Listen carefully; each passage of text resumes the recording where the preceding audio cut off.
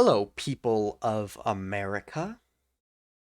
I'm your host, and I'm here to bring you something you need, and that is the B.A.D.I.C system.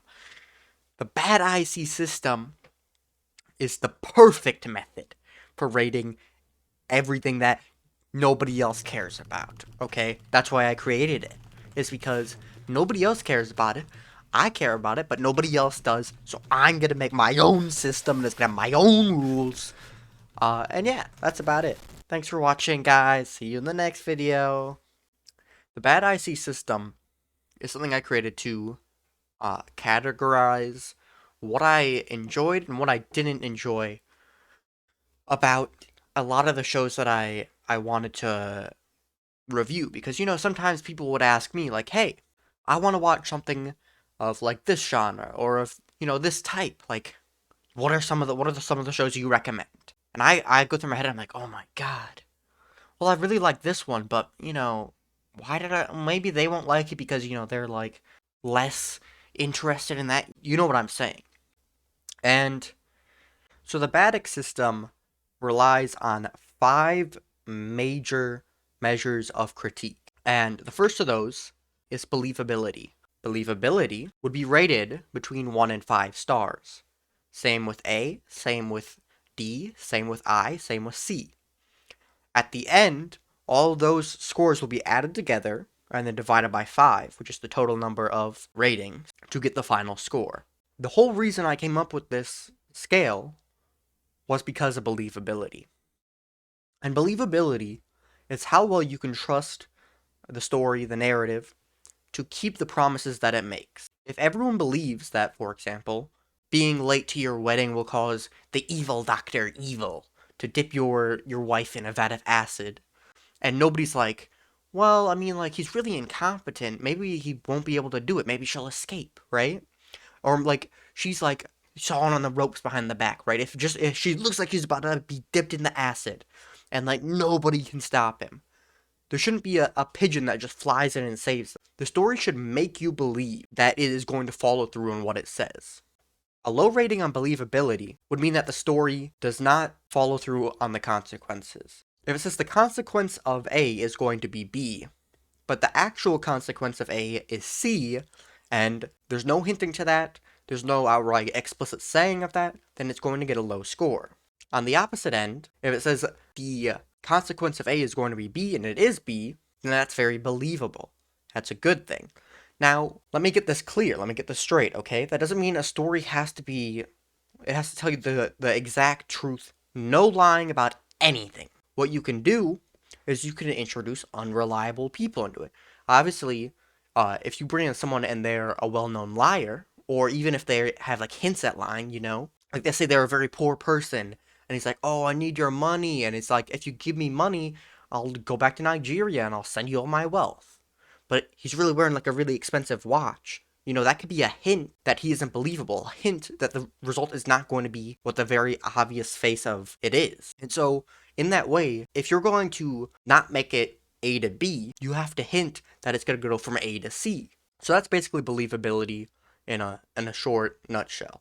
Next on our list, we have consistency. Consistency is how often the story makes plot points and focuses on them. So, if the plot point of the day is to focus on, we really have to save my wife, my soon-to-be wife, my bride, from being dropped in this acid by Dr. Evil.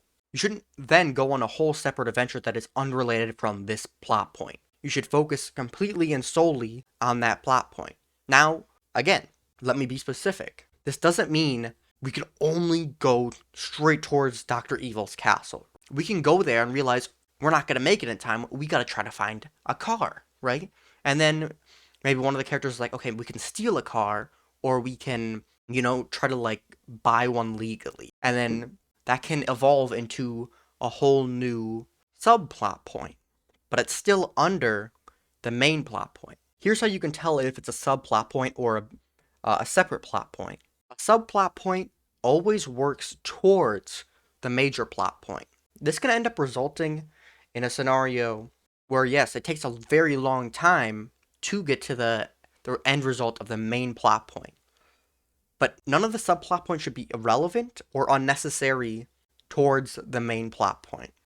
A story with a low rating means that it often veers from its own character's goals frequently or for a very long stretch of time. And a story with a high rating focuses on the plot point that it sets out. That doesn't mean it has to set out new plot points very often, or it can't set out new plot points. It just means that the ones that it does set out, it has to focus on. It has to resolve in some way, even if that's a bad resolution, a good resolution, if the resolution changes. If the initial goal is we have to get a car, but then they realize that there are no cars in the areas and getting a bike would be better, that's not unrelated. They're still trying to find a way to get to that main, we gotta save my wife from Dr. Evil. Disruption. Disruption is any factor that makes the story harder to watch, or read, or listen to. This can be pretty much anything, separate from, obviously, the other two. Disruption is not the story lacking something. It's the story adding in something that is ruining the experience, that is ruining other elements. So, if the story has a big, loud, blaring sound the whole movie and it's hard to watch, like physically hard to listen to, or the camera work is just all over the place and it's making you dizzy, or like it's making you physically ill, or even if it's just like it's not making you physically hurt, but it's like it's interrupting the story, then that's disruption. Every story starts with 5 points in disruption and will progressively get lower and lower and lower as the story is more and more disruptive. The opposite of disruption would be appeal. Appeal is adding in an element to make the show better, to make the story better. Now, this doesn't have to just be narrative elements. It could be the music is super good and it's like it makes you want to sit down and watch. It could be pretty much anything. Appeal is anything that gets you to continue watching, basically. And because of that, this is the most subjective category. So I understand if there is disagreement in this area. So I'm going to try to be very, very, very generous on rating appeal in these stories. For something to get a low score on appeal, it would have to try basically nothing and fail on basically everything. And then a high rating isn't super hard to get. If you do a couple things really well, then you get a 5-star rating on appeal. And then last, and probably certainly least, we have the imitation score. The imitation score is meant to keep the score more in line with reality. In reality, when we watch, listen to, or read a story, even a good one, we judge it based on its weakest moment. If a story has little appeal or consistency, it isn't going to be good even if the other elements are amazing. So this score is meant to basically lower the score and keep everything on a more realistic scale. Yeah, and so, yeah, that's basically the B.A.D.I.C system. I'm going to use that in the future to grade all the stuff that I hate. And maybe some stuff that I don't hate, hey. Maybe you'll see that in the future if you press that button down there. Maybe, huh? Okay. Over and out. Peace. Sayonara, sucker. Ooh.